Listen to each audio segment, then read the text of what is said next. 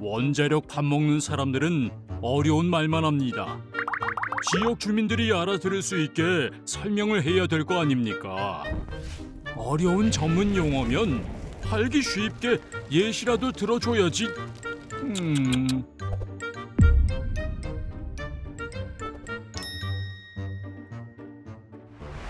소통한다고 해놓고 불통이에요. 전문가들이 하는 일방적인 주장 때문에 주민들은 무시당했다는 분노의 감정이 생길 때가 많다니까요.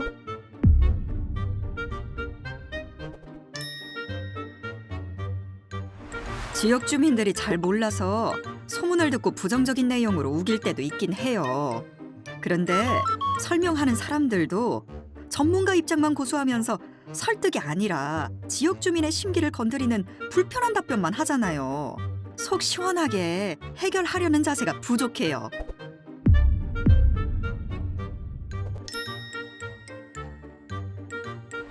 전문가가 지역 주민을 대할 때 일관된 대응이 아니라 원전 찬반 성향에 따라 차별적으로 대응하고 심지어 정보도 일관되지 않고 사람마다 다르게 대하니 주민들 사이에서 이 갈등만 커집니다.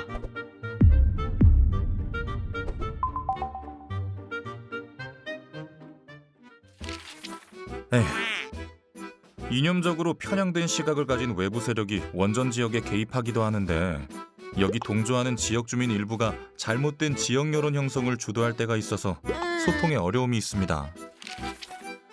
주민들은 원자력 전문 용어나 약어를 잘 모르시죠.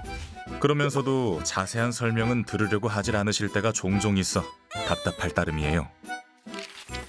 주민들은 안전이 중요하다고 하면서 어떤 때는 재산에 관련된 이해관계에 더 민감하게 반응하세요. 지역 주민의 의견을 수렴하고 싶은데 각자 요구사항이 너무 자주 달라지니 저희도 힘듭니다.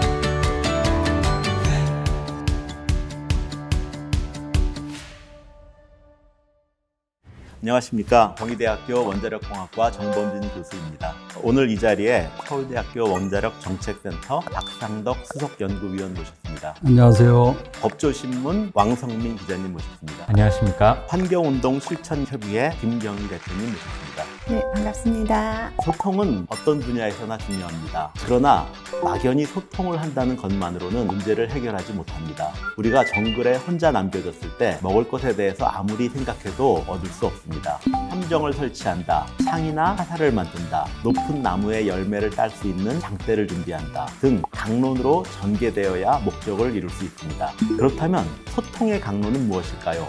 우선 강론으로 나누면 말하는 것 그리고 듣는 것입니다. 소통이 안 되는 이유가 말하는 것에서 고장이 난 경우도 있고 듣는 것에서 고장이 난 경우도 있는데 각각 해법이 다르겠죠. 원자력계의 전문가, 공무원, 기술자는 늘 지역 주민들과 소통을 한다고 합니다. 하지만 여전히 원전 지역 주민과의 소통에서 한계를 나타내고 있습니다. 오늘은 그동안 다루었던 소통 경험을 바탕으로 지역 주민, 원자력 전문가, 언론인을 모시고 우리나라 원전 지역 주민의 실정에 맞는 소통을 해보려고 합니다. 자, 먼저 각자의 입장을 한번 들어볼까요? 원자력 전문가들은 노력을 한다지만 지역에서는 원자력 전문가들에 대해서 많은 불만이 있습니다. 정말 답답합니다. 전문가들에 있어서 제일 중요한 것은 원자력 발전소의 안전한 운영입니다. 어떤 면에서 보면 소통보다 더 중요합니다. 안전이 무너지면 모든 게 무너집니다. 소통의 의미가 없습니다. 그러니까 지난 반세기 동안 원전의 안전을 지켜온 것을 믿어주면 정말 좋겠습니다. 참 아쉽습니다. 물론 이 사실을 알리기 위해서 우리 나름대로 열심히 노력하고 있지만 탈원전 세력이 생산 유포하는 가짜뉴스, 특히 감성을 건드리는 가짜뉴스를 감당하기 참 어렵습니다. 일반인들은 가짜뉴스에 쉽게 속아서 원전이 위험하다고 불안해하는 점들이 정말로 아쉽습니다.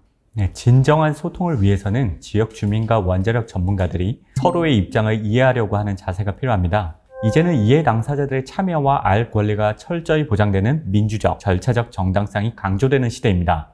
결국은 전문가와 지역 주민 또는 일반 국민의 정보와 지식 격차를 줄이는 노력이 필요합니다. 그동안 배운 내용으로 한번 적용해보는 시간을 가져보는 게 어떨까요? 제가 언론인으로서 또 제3자로서 필요한 내용을 보완해보겠습니다. 좋습니다. 그럼 지역 주민이 생각하기에 원자력 전문가들의 소통의 가장 큰 문제가 무엇이라고 생각하십니까? 급한 이슈가 있을 때마다 정부나 한수원에서 설명회를 하는데 막상 가보면 지역 주민들이 궁금해하는 내용에 대해서는 설명해 주지 않습니다. 주민들은 일방적인 주장을 듣고 올 때나 어려워서 이해조차도 할 수 없는 내용을 듣고 올 때가 많습니다. 그리고 혹시나 하는 마음에 질문을 하면 정확한 답변은 해주지 않고 모호한 답변을 하면서 무시당하는 기분이 들 때가 많습니다. 그러셨군요. 혹시 구체적인 사례가 있습니까? 월성 원전 지역 주민들의 몸에서는 삼중수소가 많이 나와서 건강에 해를 끼친다는 소문이 있습니다. 그리고 그 삼중수소는 차수막에 문제가 생겨서 더 많이 나온다고도 하고요. 그래서 주민들은 지역의 삼중수소 농도가 얼마나 높고 또 지역 주민에게 얼마나 해로운지를 알고 싶어 합니다. 그런데 설명을 할 때는 어떤 위치에서 몇 베크럴이 나오고 또 어떤 위치에서는 몇 베크럴이 나오고 이렇게 설명을 합니다. 그리고 차수막이 주민들은 사실 무엇인지조차도 잘 모르는 분들이 많습니다. 결론적으로 주민들은 삼중수소가 많이 나온다는 막연한 공포감만 알고 있습니다. 베크렐이라는 단위를 사용할 수밖에 없어서 미안한 마음입니다. 원자력 발전소는 거의 모든 학문 분야의 지식이 총동원되어 건설되고 운영되는 것인데 여기에 사용되는 모든 용어를 또 모든 단위를 다 지역 주민 눈높이에 이해될 수 있도록 설명하는 건 상당히 어려운 일입니다. 이런 무리한 요구에 대해서 죄송해하기보다는 전문가 집단이 좀 더 당당해져야 한다 하는 생각도 갖고 있습니다. 어느 정도는 과학적 설명을 이해할 수 있는 사람이 나와야 된다 이런 생각입니다. 베크렐을 이해하려면 원자, 핵, 원자, 또 방사능의 원리 이런 것을 전부 알아야 되거든요. 요즘 고등학교 물리에서 배우는 내용들인데 그것을 우리가 이해시킬 수는 없습니다. 듣는 사람이 준비가 안 되어 있다는 점도 인정을 어느 정도는 해야 됩니다. 내가 이해하지 못하니까 너희는 못한다 그런 식의 태도는 좀 곤란합니다. 주민들은 그래? 그렇게 위험하대? 암이 발생한대? 암, 핵 이런 단어 하나들에서 굉장히 크게 충격을 받아버리면 그 뒤에 얘기는 듣지 않으세요. 몇 베크럴 이런 것이 중요한 게 아니라 이만큼 많이 걸린대. 엄청난 양이래. 이런 것으로 그 단어 하나하나들에서 다 그냥 결정이 나버리거든요. 그런 거를 좀 인문사회학적 통찰을 가신 분들과 함께 프레임 전략을 좀 대전략을 짜고 거기서 이렇게 용어들을 또 생산을 해내고 그리고 비유들도 생산해내고 그거를 상당히 많이 배포시키는 이런 노력이 좀 전제돼야 될 것 같아요. 세상에는 중요한 일이 있고 급한 일이 있다고 하죠. 소통의 경우에도 그렇다고 생각합니다. 정확해야 할 일이 있고 빨리 해야 할 것이 있습니다. 그러나 사업자나 전문가는 정확히 하려는 경향이 있습니다. 책임이 따르기 때문이죠. 그러다 보면 타이밍을 놓치는 경우가 많습니다. 궁금한 것이 있는데 답변이 되지 않으면 의혹이 생기는 것입니다. 현재 알려진 상황과 검토하고 있는 내용들을 우선 설명드리고 다음 브리핑 시간을 알려드리는 방식으로 우선 궁금한 것을 해소하는 접근 방법이 필요합니다. 물론 이때 전문가는 상황 파악도 제대로 못하고 있다는 식의 음해성 언론에 대해서는 소통의 방해자로 강력히 대처할 필요도 있습니다. 저도 베크렐이 뭔지 차수막이 뭔지 모릅니다. 당연히 지역 주민 입장에서는 불안감만 더 커질 수 있습니다. 그런 경우에는 일단 용어에 대한 설명과 함께 전문가의 설명을 이미지로 만들어 배포하고 국민들이 자주 방문하는 사회관계망 서비스와 인터넷 공간에 유통시킬 필요가 있습니다. 메시지 내용은 간결하고 직관적이어야 합니다. 유튜브의 숏이라는 플랫폼을 보면 통상 30초 이내에 자신이 전달하고자 하는 메시지를 함축적으로 제시합니다. 이 과정에서 즉각적으로 연상 이미지가 떠오를 수 있는 비유를 활용하는 것이 효과적입니다. 그럼 이번에는 반대로 원자력 전문가 입장에서 지역 주민들을 대상으로 소통할 때 가장 큰 문제는 무엇이라고 생각하십니까? 사실 지역 주민들 중에는 자기 주장만 이야기하고 처음부터 들으려고 하지 않는 분들이 있습니다. 또 난처한 경우는 말 꼬투리를 잡기도 하고 조금 설명을 강하게 하면 그냥 자리를 박차고 나가버리기도 합니다. 대화 자체를 일방적으로 거부하는 겁니다. 심지어 아예 처음부터 설명회를 원천 봉쇄해서 무산시키는 경우도 있습니다. 사업자나 전문가가 실질적으로 하고 싶은 이야기가 있으면 사실 그대로 설명을 해주시고 또 이해를 구해주시면 되는데 일방적인 주장만 반복하시거나 또 이런 경우가 반복되면 주민들은 이미 화가 많이 나 있습니다. 더 이상 대화가 안 될 거다. 또 시간 낭비다. 이렇게 생각해서 자리를 박차고 나가는 경우가 많습니다. 소통에는 굉장한 정성이 필요하잖아요. 전문가의 잣대가 아니라 지역 주민의 눈높이에 맞는 잣대를 맞추어 주시는 노력이 필요하다고 생각합니다. 지역 주민의 잣대로 맞추는 것엔 역시 사례를 잘 듣는 것이 도움이 될 것 같습니다.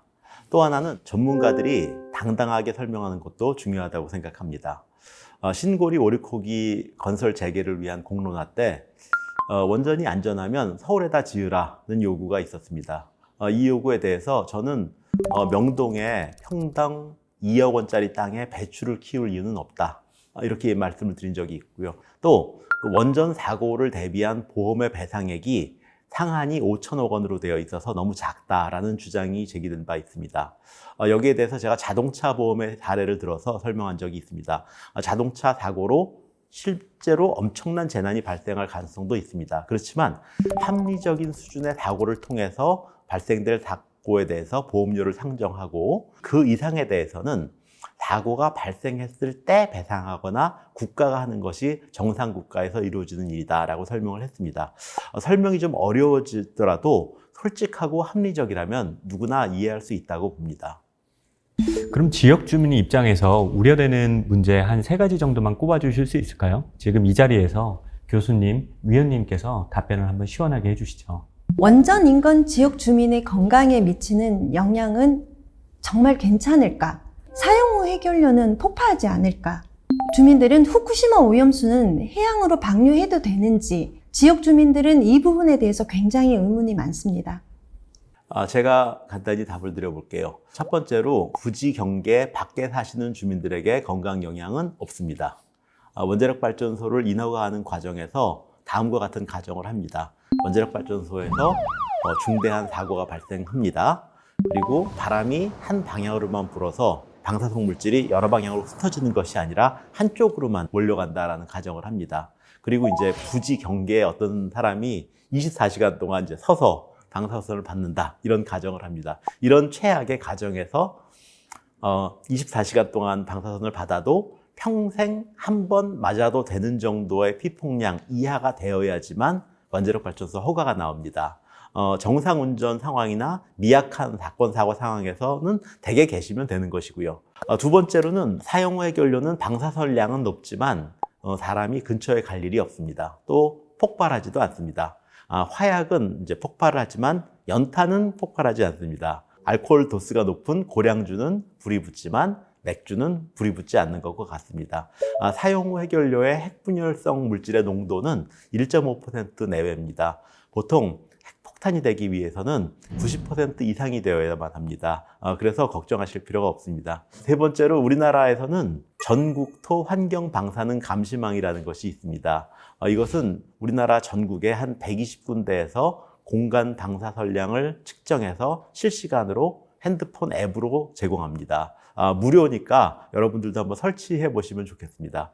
그런데 그 활동의 일환으로 1980년대서부터 지금까지 해양 표충수를 샘플링해서 방사선량을 측정하고 또 바다 물고기를 잡아서 오염 여부를 측정하는 활동들도 정기적으로 하고 있습니다. 후쿠시마 원전 사고가 일어났던 2011년을 전후해서 지금까지 유의미한 변화가 관측되지 않고 있습니다. 가끔 지인들이 생선 먹기를 꺼려하면 제가 이렇게 얘기합니다. 드시고 아무 문제 없으면 제게 100원을 주시고 문제가 생기면 제가 100만 원을 드리겠다. 저는 오히려 근심 걱정이 건강에 더 해롭다고 생각합니다. 저도 교수님 말씀에 덧붙여서 한번 말씀드려 보겠습니다. 첫째, 원전이 들어서기 전에 그 지역의 방사선 준위가 유지되도록 설계되어 있습니다. 또 정기적으로 감시도 하고 있고요. 그렇기 때문에 건강에 전혀 문제가 없습니다. 물론 사고 시에는 일정 지역의 방사선 준위가 올라갈 수는 있습니다. 이때를 대비해서 비상 대피 훈련을 하고 있습니다. 관계기관의 지시만 따르면 아무 문제가 없습니다. 핵물질과 관련해서는 이게 어느 정도 모여야 연쇄 반응이 일어나고 그래서 방사선이 증폭되는 것이거든요. 사용 후 해결료 보관용기나 보관시설은 연쇄 반응이 일어나지 않도록 설계되어 있고 구조적으로 그렇게 만들어져 있습니다. 월성에 있는 저장시설 사진 인터넷에 돌아다니는 거 보셨죠? 거의 작업자가 작업복을 입고 편하게 지나다녀도 문제는 없습니다. 마지막으로 후쿠시마에 보관되고 있는 방사성 물질 양은 2011년 사고 당시 나왔던 방사능의 1000분의 1 이하입니다. 지금 현재 있는 방사선이. 후쿠시마 사고 후 아까도 교수님 말씀하셨지만 우리나라 해상에 어떤 영향이 있었나요? 아무 영향이 없었습니다. 어획이 금지된 적도 없고 해수욕장이 폐쇄된 적도 없습니다. 그렇다면 그때보다 1000분의 1 이하의 방사능 물질이 나온다면 어떤 일이 일어나겠어요? 아무 일도 일어나지 않습니다. 절대 걱정하지 않으셔도 됩니다. 두 분 전문가께서 잘 설명을 해주셨습니다. 하지만 말씀하신 내용이 일반인 입장에서는 아직 어렵게 느껴집니다. 핵 분열성 물질의 농도가 90%가 넘어야 폭발하는데 사용 후 핵 연료는 1.5%밖에 되지 않는다는 점을 물이 끓는 영상이나 이미지로 설명하면 어떨까요?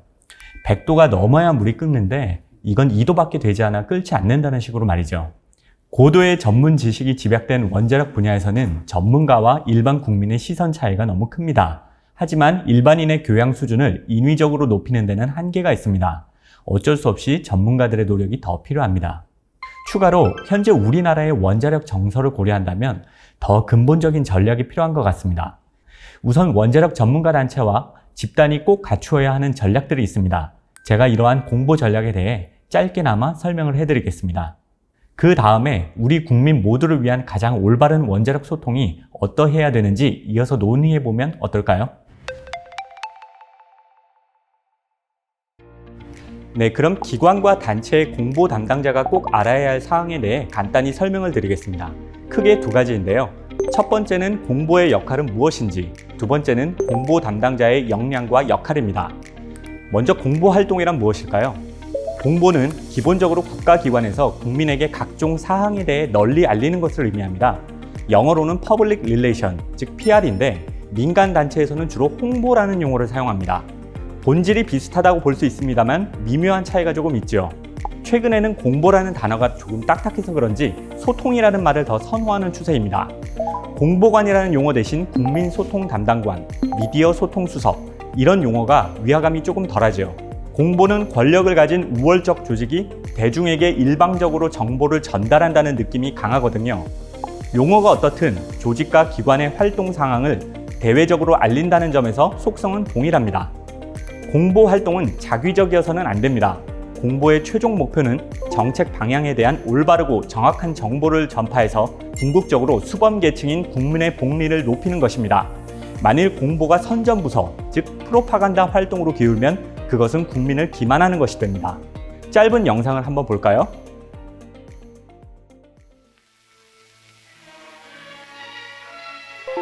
우리나라東京では大西翼賛会中央協力会議開催され、東条総裁は立って鉄石の決意を伝う。帝国の流体はまさにこの一線にかかっておるのであります。今こそ1億の国民が一丸となって立ち上がるべき時期であります。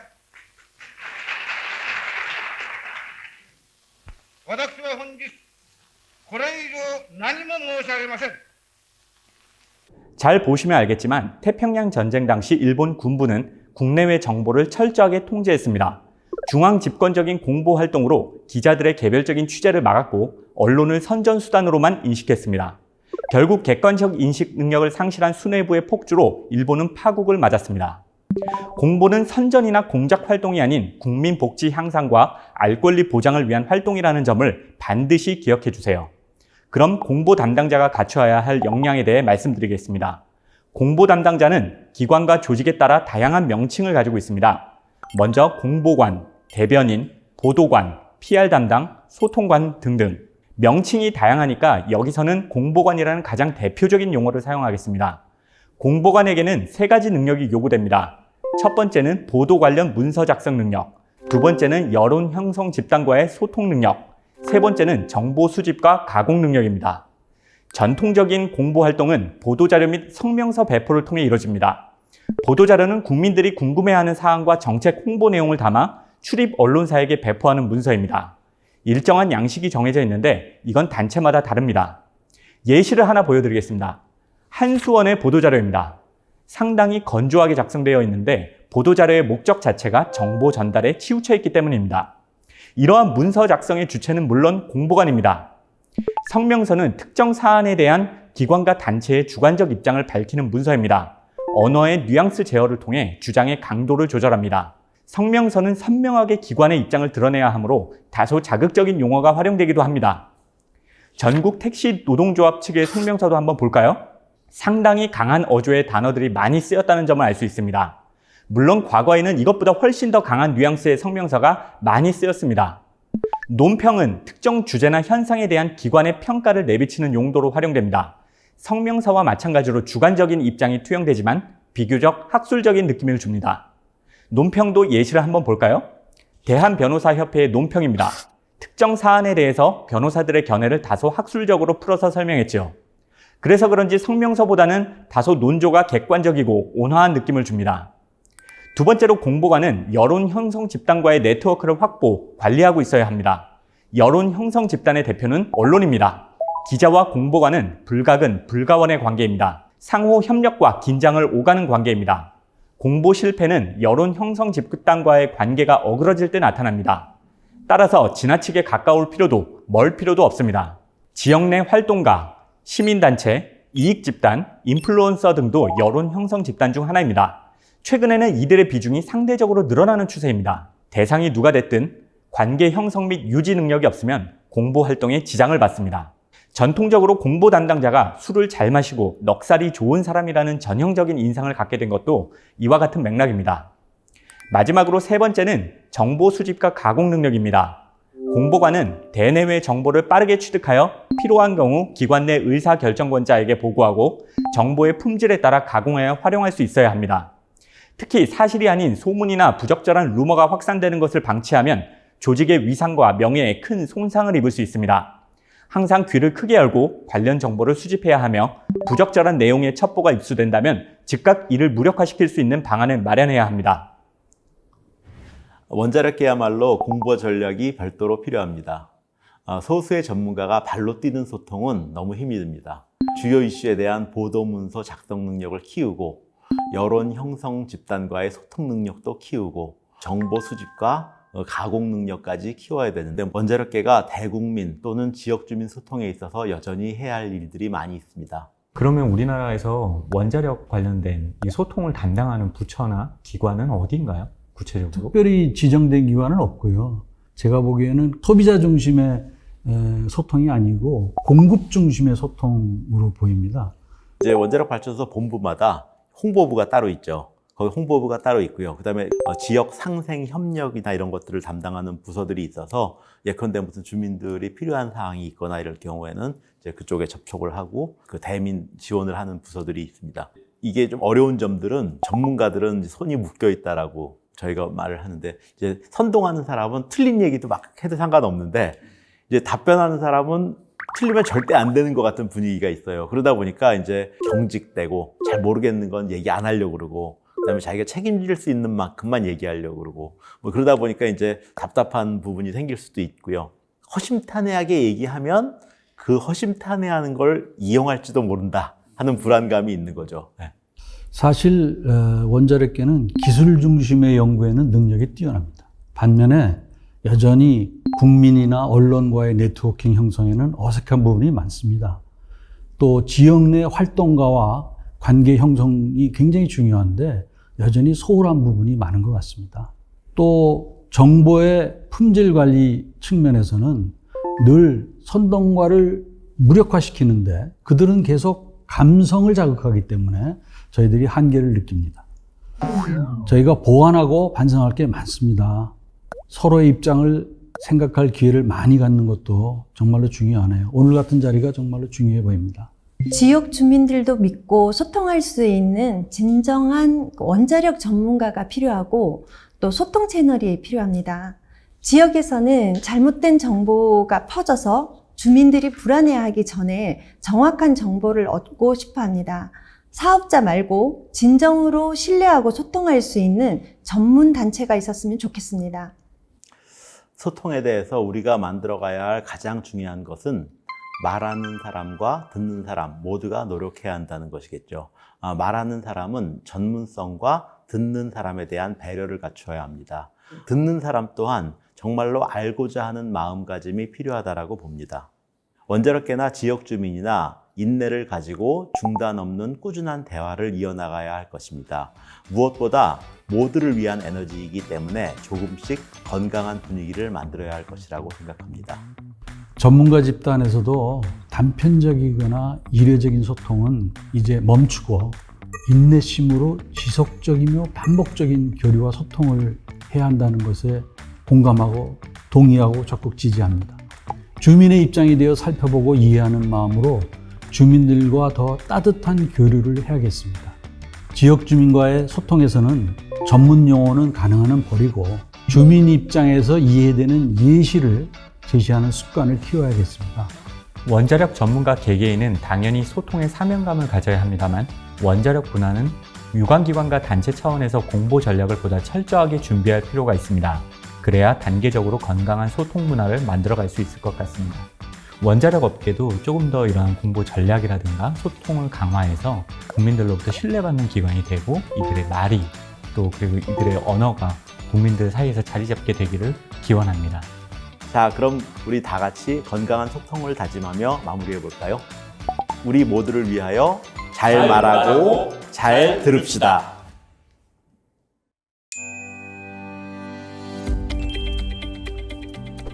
충분히 공감됩니다. 이렇게만 소통한다면 좀 나아지기는 하겠죠. 원자력 이슈에 대해 건강한 소통이 된다면 지역에서도 환영입니다. 진작 이렇게 서로 이해하는 게 필요했어요. 앞으로는 좀 더 정직한 소통이 되었으면 좋겠네요. 저희는 원자력 환경공단 월성 1호기 맥스터 설치로 너무 시끄러웠어요. 소통도 부족했고요.